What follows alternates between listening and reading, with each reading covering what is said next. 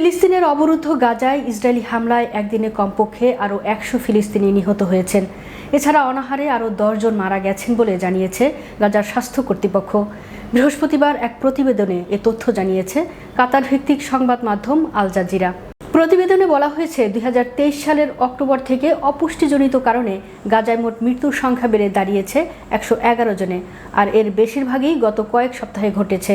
এদিকে গত ২৪ ঘন্টায় ইসরায়েলি হামলায় আরও অন্তত ১০০ জন ফিলিস্তিনি নিহত হয়েছেন, যাদের মধ্যে ৩৪ জন মানবিক সহায়তা নিতে গিয়েছিলেন বলে জানিয়েছে গাজার স্বাস্থ্য মন্ত্রণালয়। বিশ্ব স্বাস্থ্য সংস্থা জানিয়েছে ২০২৪ সালের শুরু থেকে এখন পর্যন্ত যেসব শিশু মারা গেছে তাদের মধ্যে ২১ জনের বয়স ৫ বছরের নিচে। সংস্থাটি বলছে মার্চ থেকে মে মাস পর্যন্ত প্রায় ৮০ দিন তারা গাজায় কোনো খাদ্য সামগ্রী পৌঁছাতে পারেনি। বর্তমানে কিছু খাদ্য সহায়তা পাঠানো শুরু হলেও তা প্রয়োজনের তুলনায় অনেক কম। চলতি বছরের মার্চ মাসে গাজায় সব ধরনের পণ্য প্রবেশ বন্ধ করে দেয় ইসরায়েল।